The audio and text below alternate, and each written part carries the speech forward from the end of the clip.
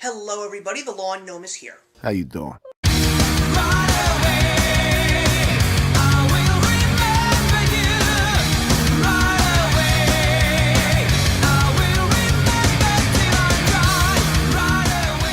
for the one that got away, in May 2017, I bring to you a double feature.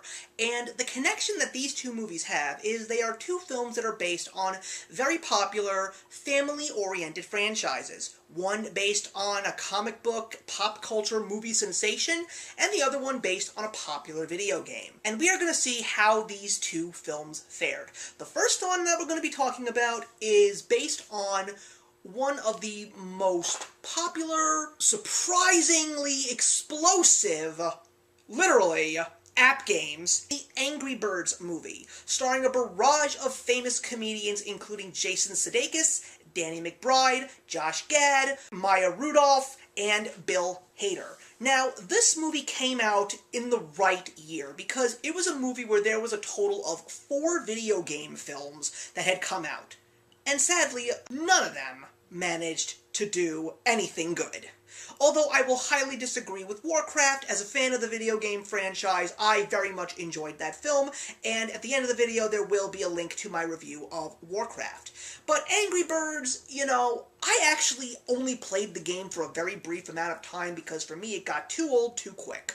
And when I saw that they were turning this app game into a movie, for kids of course, a CGI animated film, I was like, how are they gonna do this? And quite frankly, while there were some very nice emotional moments, some very funny jokes, it missed the mark entirely. And one of the main reasons why was, it's not that it wasn't family-oriented, but it definitely wasn't for young kids because there were some really gross and some very over-the-top adult-oriented jokes, and I didn't think that that was the right thing to show to kids. Granted, there were some moments in the movie that really did make me laugh. It was actually one of the few movies where I was actually able to tolerate the voice of Josh Gad, because as far as I'm concerned, besides Frozen, Hollywood has really turned him into a laughingstock when it comes to giving him roles, and it's a shame because I think that he definitely has great acting potential and should be given a decent role for his own sake. Everything else in the movie, like I said,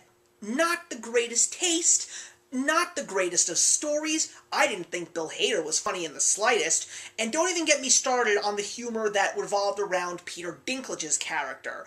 I would much rather see him again as Tyrion Lannister. And I just really did not enjoy this movie at all. However, at the very end, there happened to be some very, very touching, very emotional moments, and there were even some points in the movie that made me smile, which is why it sort of was the film's saving grace.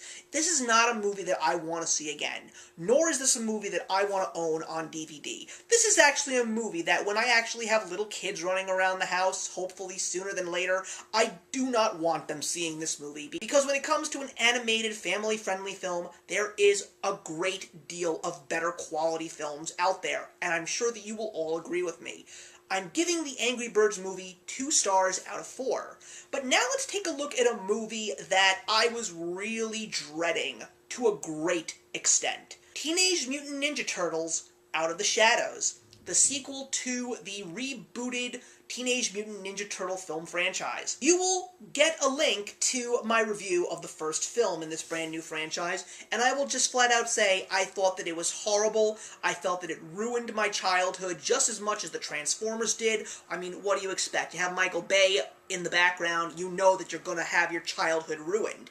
But the more trailers I saw for this movie, I have to say that the inner child and the nostalgic crazed lunatic in me just was really drawn to it, because we had Bebop and Rocksteady for the first time in a movie, we had Krang, and we had Baxter Stockman played by Tyler Perry.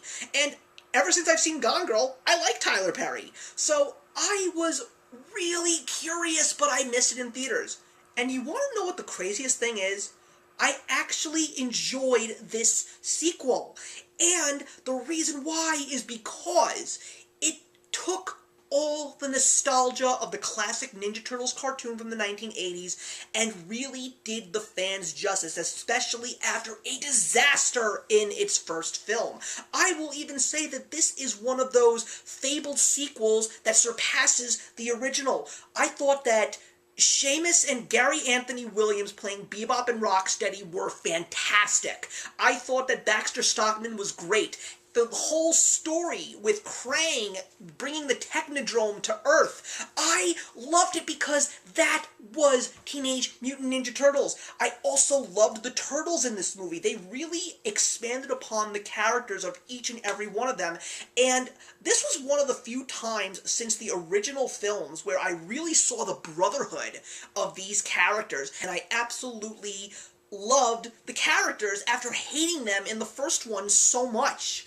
And when you get to the very end, especially if you are a fan of the cartoon, when the credits roll, you're going to hear the classic Teenage Mutant Ninja Turtle theme in a whole new way, and it's going to be flat out awesome. I literally heard my inner child yell cowabunga when the credits rolled, and quite frankly, I am dying to see if there is going to be a third, and if they actually capture the nostalgic elements that they did in the second film, I really feel that we're going to have another fun film, and I would seriously consider going to see it in theaters.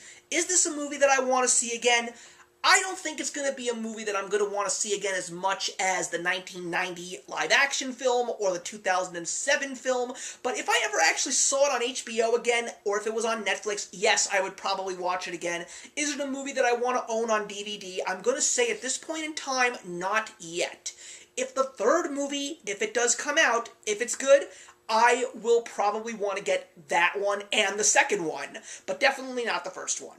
I'm going to be giving Teenage Mutant Ninja Turtles Out of the Shadows a solid 3 stars out of 4. So thank you very much for watching, everybody. Please put your comments in the box below, and let's discuss Teenage Mutant Ninja Turtles Out of the Shadows, or the Angry Birds movie, or both. I'll see you in the next one.